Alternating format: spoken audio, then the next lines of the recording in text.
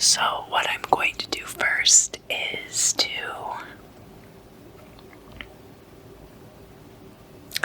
anoint this as a road opener candle.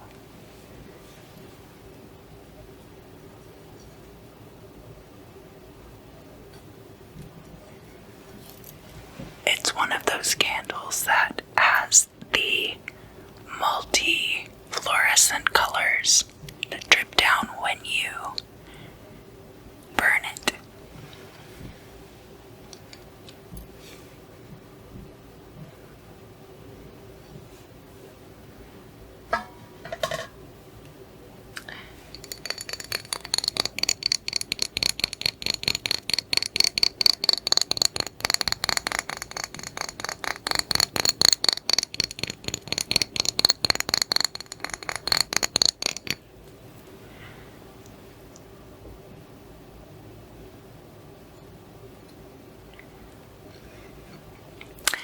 This is an oil that I have made.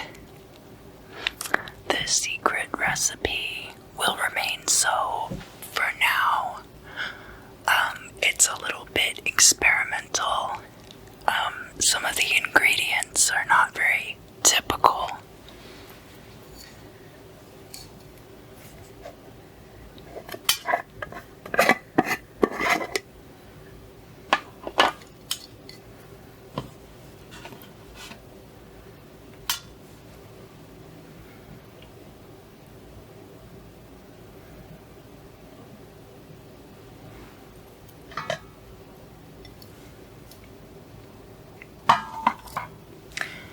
And when you are working to clear things, you start at the top and you work your way down the candle.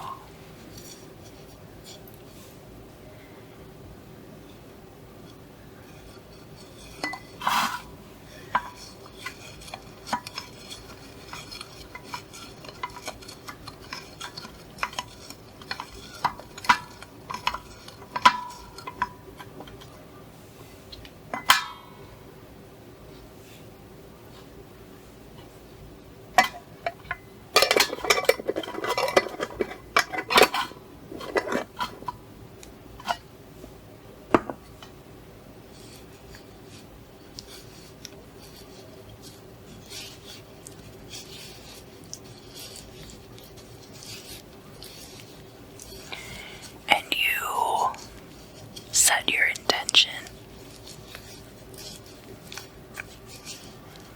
You think about all the things that you want to have cleared. And I'm burning this candle for everyone.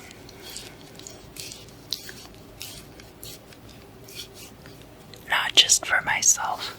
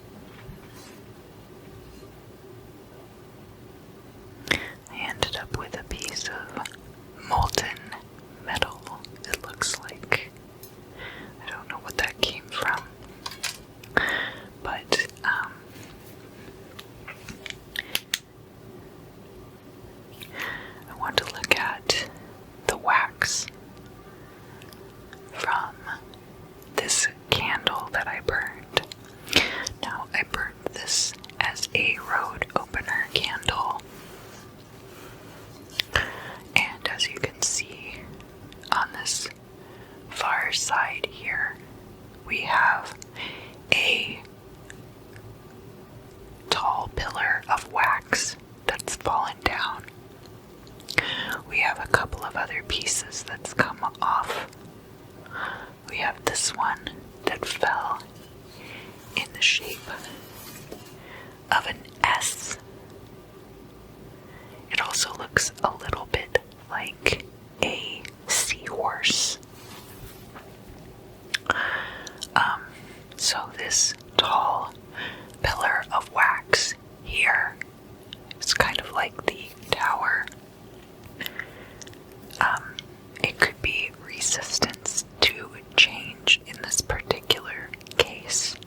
The tower imagery means something different in almost every form of divination, even between tarot and the Lenormand, and the reasons for that are myriad. I can't go into it here, but perhaps sometime we will do a video about imagery in divination, talk about dreams and wax and cards and all kinds of things.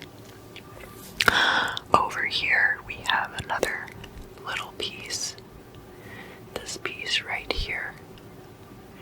It looks almost like a crab claw. Could also be a backwards C or the letter Kaf. We have another piece of wax that actually looks kind of like a finger pointing. So now I did keep track. I have been moving this around, but this finger is pointing. It was set up kind of like this, so it's pointing in a southwesterly direction from where I'm sitting, which is between the elements of fire and water. According to some disciplines, I feel like in this case, it's what applies. We have this nebulous pile of wax down at the bottom here. Now, these candles are designed to be very drippy, and I wanted that to be the case because I did want to read it afterward. But you would also, for a road opener candle, want it to burn very completely. So there's that as well to consider. Now, I'm going to pick it up and turn it over.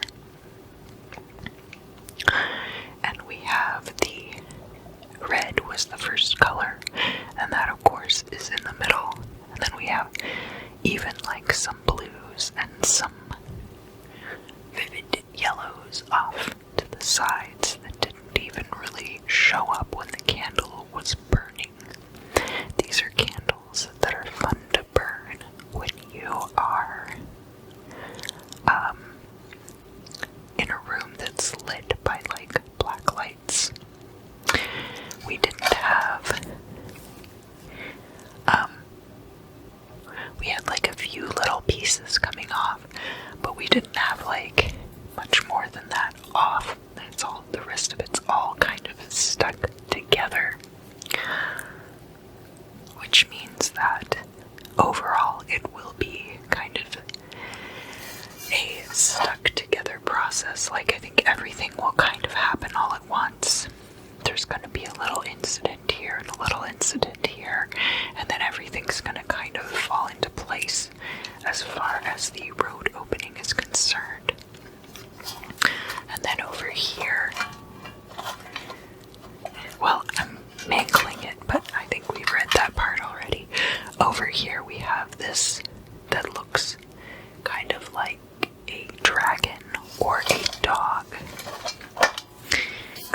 like a flying creature.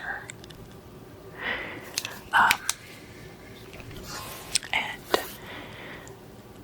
it reminds me,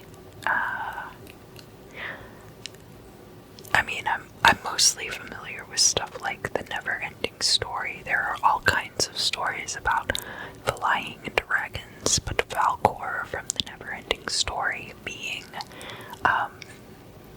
not just a lucky dragon, but the main form of transportation for Sebastian when he entered that realm.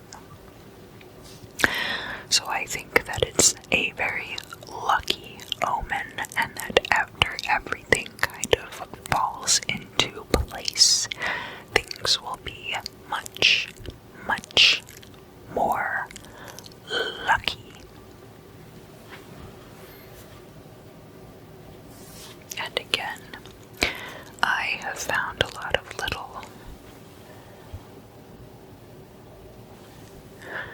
melted metal fragments. There's a couple here too that are melted metal fragments, and I'm not sure where that came from.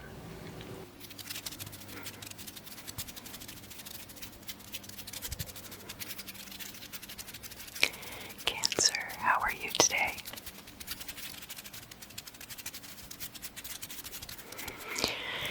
If you can see back here, I am burning one of those fluorescent drip candles as a road opener spell for all of us here on planet Earth.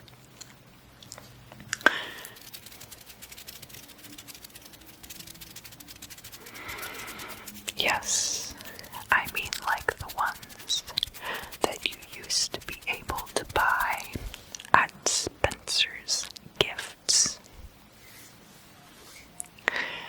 I have anointed it with my very experimental road opening type of oil. It is not a true road opener oil, but it is an obstacle clearing oil, and I have to keep the recipe secret until I make sure that everything that I put in there is what I should be using.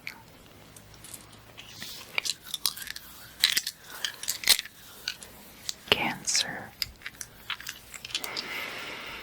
We're going to be talking about the week of Wednesday the 9th until Wednesday the 16th, but actually it goes so much further than that.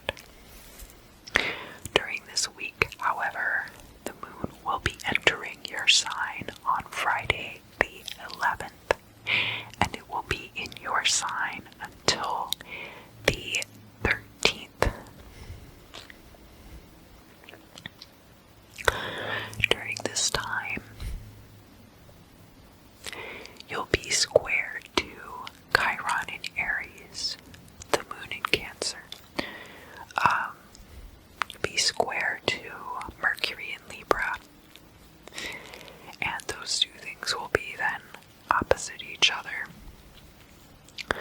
And you'll be sextile to this Uranus in Taurus that's causing a lot of consternation for the Tauruses right now.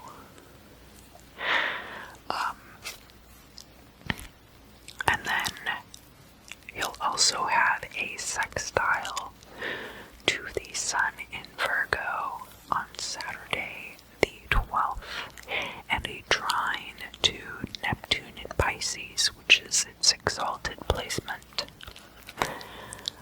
on Saturday the 12th as well. So that will be some very harmonious placements following some kind of troublesome placements. Not terrible, just interesting. Chiron in Aries. Chiron is the wounded warrior.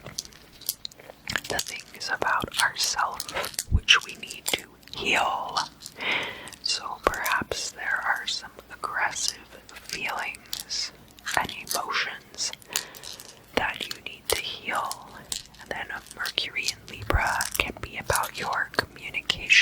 other people. And so, Moon in Cancer will be a good time to deal with the emotions that you have around communicating in partnerships, whether that's a marriage or a business arrangement. Alright, and so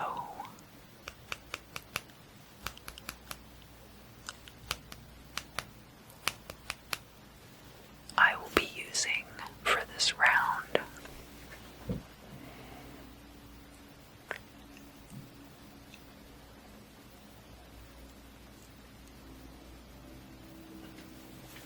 some chunks of opal. I like this one quite a bit because it has this really beautiful peachy color, and it just reminds me of the 1980s and the 1950s, like the 1980s copying the 1950s. Cancer, have you always been a dancer? You don't have to give an answer. It's alright. I'll give you an answer, alright? Give you a heart attack. Give you some interesting food for thought, maybe. I don't know why you would have a heart attack over it, unless maybe it's because your heart is vulnerable. Not a heart attack in the sense of health. And you shouldn't be taking health advice from me anyway. This is more like a heart attack, like that sharp feeling you get when somebody says something. Not even that you don't like, but that takes you by surprise emotionally. And I think that the key to this week for you, Cancer, especially those of you with moon placements in Cancer, but really it could apply to anyone. You are going to want to look inside of yourself in a very deep and profound way and find out why certain things that people say that could be totally benign give you a sheer heart attack.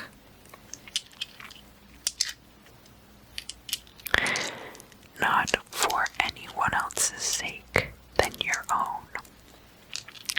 I don't feel like this is causing you a lot of problems in your emotional relationships. Like, I don't think that you are alienating friends or loved ones. But it seems like something that is very much an obstacle to you when it comes to your mental health and well-being.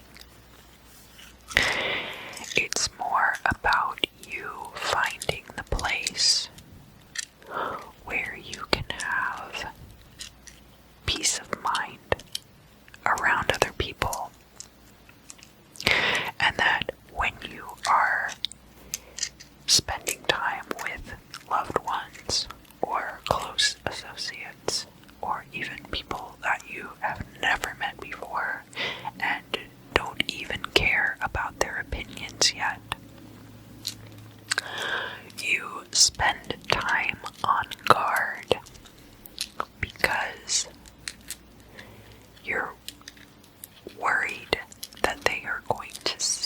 something that triggers you. And I find that to be quite pulverizing to your spirit, in that you cannot seem to find the happy medium yet. But getting to that point, the key is going to be always looking for the analytical basis of the situation. You can read whatever you want to into whatever another person says to you. Oh, yeah, one of the opals fell out of my hand.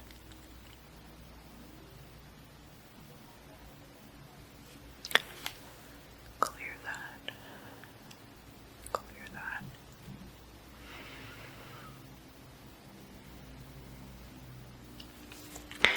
You can read whatever you want to into past situations, but it won't prepare you for the future. It's better to, rather than super analyzing all of these things, you don't want to super analyze. You want to take what's written down in the transcript. Take what's written down in the transcript and write it out again in your mind without emotional attachment to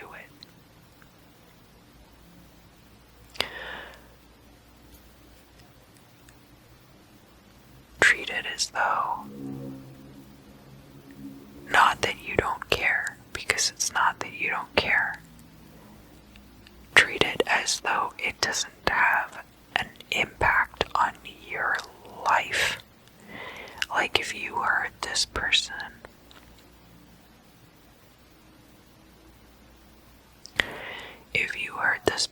talking to a close family member the way that they're talking to you,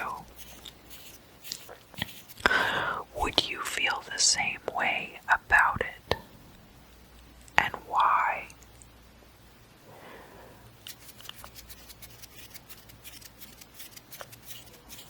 Does it genuinely seem like this person is trying to hurt you?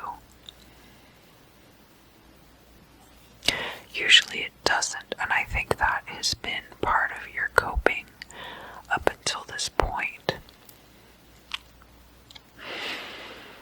What else do I need to tell Cancer, Sun, Moon, and Rising about up until this point, and how to move forward with this situation? They need to know that you live in fear. And then it becomes kind of a joke. That might work for some of you. Like, if there's one person that you're very close to, and you often have this response to them. For some of you, not all of you, because this is not the kind of coping mechanism that works for everyone. You guys are gonna make it into kind of like a game, because this person really is not trying to harm you. They genuinely do love you. But for whatever reason, sometimes they'll say something that triggers you in the wrong way. And if you guys could make it into a game, and it's kind of like a joke,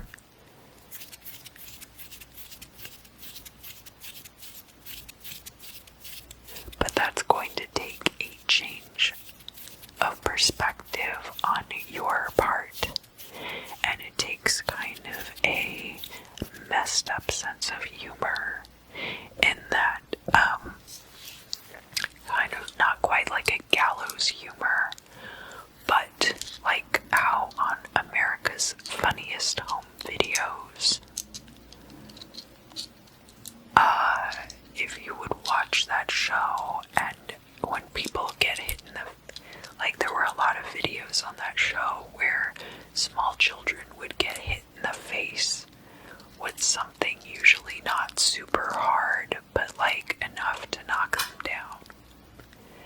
And that was like part of the America's Funniest Home Videos humor.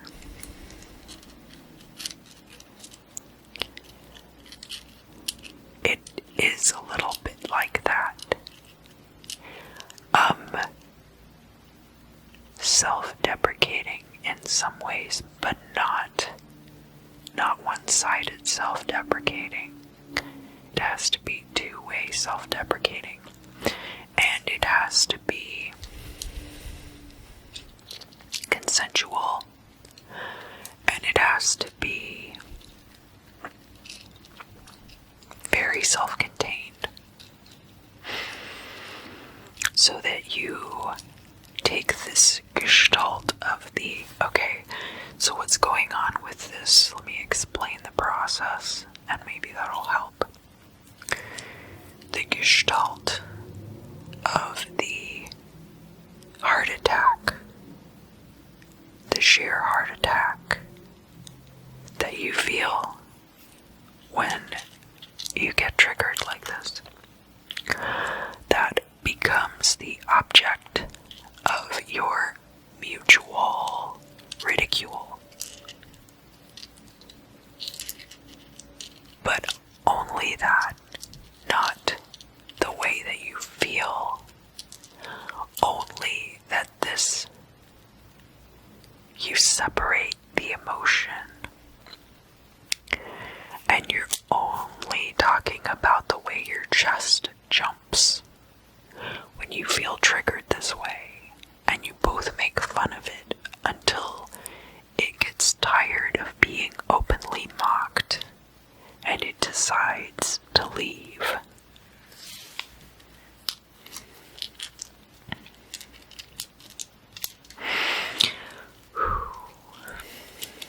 Hold on.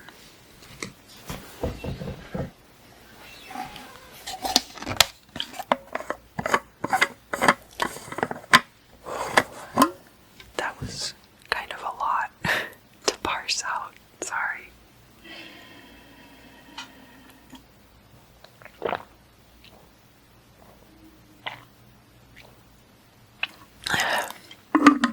Because I feel like it's not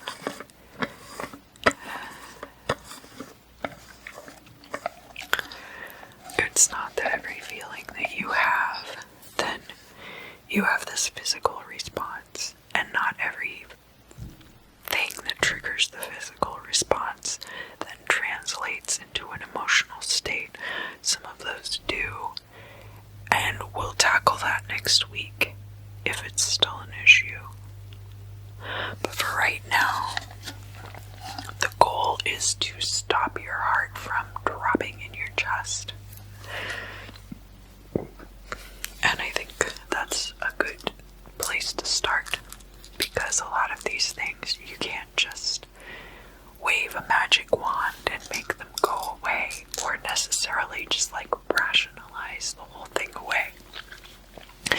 And this isn't going to be for everyone. It's also possible that there could be someone else in your life who is experiencing this, and that you, as the compassionate Cancer, are the one to help them through it. So that's going to be true as well. And then there are also going to be some people where, hold on.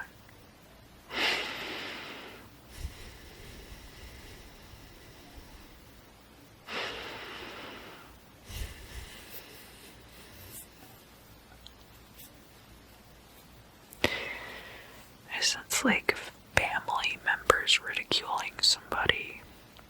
Like it's this environment where you all kind of like make fun of each other and make fun of each other until it's like playing emotional chicken.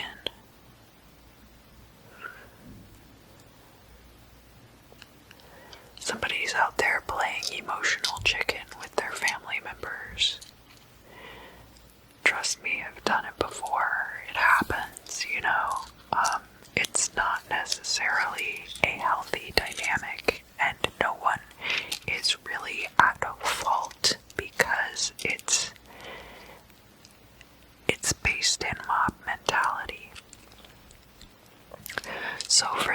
of you, it's going to be a very similar thing. You're going to, all the negative energy that people are putting out, like, you always blah blah blah, and you always blah blah blah, it's done in a good-natured and humorous way. Like, you're all just kind of hanging around, taking the piss, but you're going to take that gestalt of, like, that little negative picking, and instead of directing those things at a family member, you're going to direct it at that activity of the actual, like, you blah blah blah and you blah blah blah. You're going to be like, it looks like a negative Nancy has returned, or Downer Debbie front and center, and then berate instead of berating your loved ones. You're gonna be the one to berate the situation and the small-mindedness and the emotional chicken. Yeah, you could even call it the emotional chicken. You know what I mean when I say that, right? Because we're almost done here. For those of you who didn't grow up in 1950s car culture like I did, obviously, chicken is when the two cars drive toward each other, and then the person who turns their wheel first to not get into an accident is the chicken, and they're the loser. Although I think anyone who intentionally crashes their car and then can't drive it anymore is probably losing out on something, and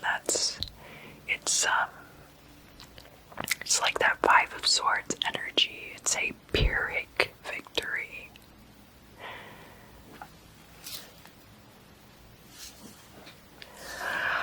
Alright, Cancer. Well, I hope that helps. If you enjoyed this crystal scrying session, please let me know in the comments down below. Please like my video, share, subscribe. Tell all your other Cancer friends. I have to remember to upload this video as cans and not Cancer because YouTube keeps flagging my cancer.mp4s. I wonder why they would do that. Anyway, thank you so much for all your support. I love seeing you guys all the time, and I just really appreciate having this platform. I hope that it brings value to your life.